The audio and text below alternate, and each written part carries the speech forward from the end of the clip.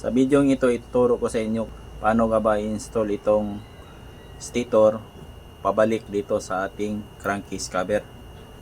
Ito yan. Una natin gawin ito. Lagay natin ito. Ganyan ang kanyang posisyon. Hindi ganyan. Ganyan.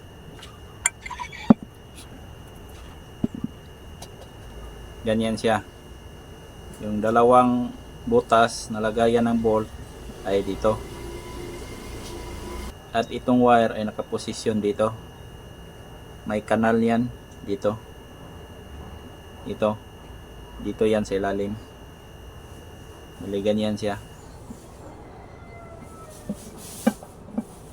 Tapos ilagay natin yung dalawang bolt ito. Itong malaking dalawang bolt dito yan.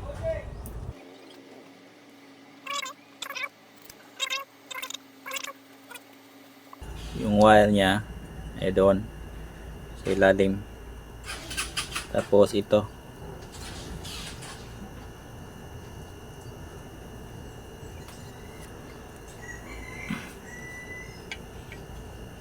Yan. May rubber stopper yan sa wire. Yan. Antay siya. Tapos dito sa ilalim yung wire. Dito naman sa kanyang pulser,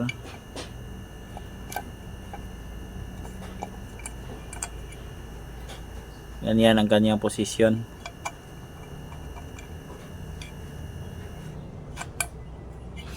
Ganyan. May dalawang bolt siya. Dahil may butas yan sa ilalim yan.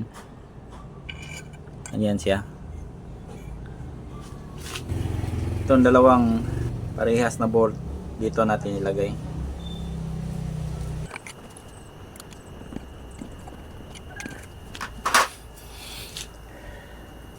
Bali ganyan siya.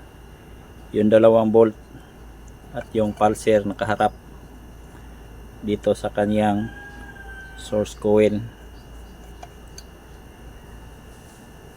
At yung butas na yan ay ito, lagay natin sama yung maliit na kuan, dahil yung magsilbi yan na stopper dito sa kanyang wire. Dahil pag umangat siya yung wire ay meron tayong stopper. Ito, ganyan siya, stopper ng kanyang wire para hindi gumagalaw.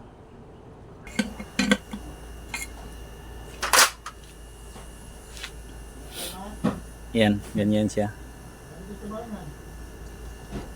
Meron ng lock yung kanyang wire sa ilalim. Ito.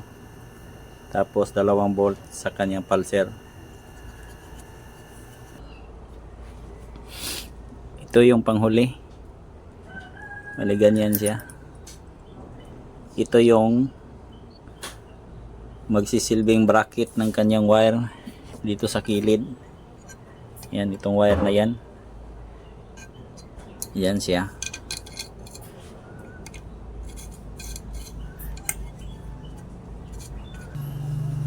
Yan.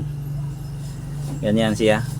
Magsilbi itong bracket ng kanyang wire para di gumagalaw at hindi matamaan sa magneto pag umikot. Yan.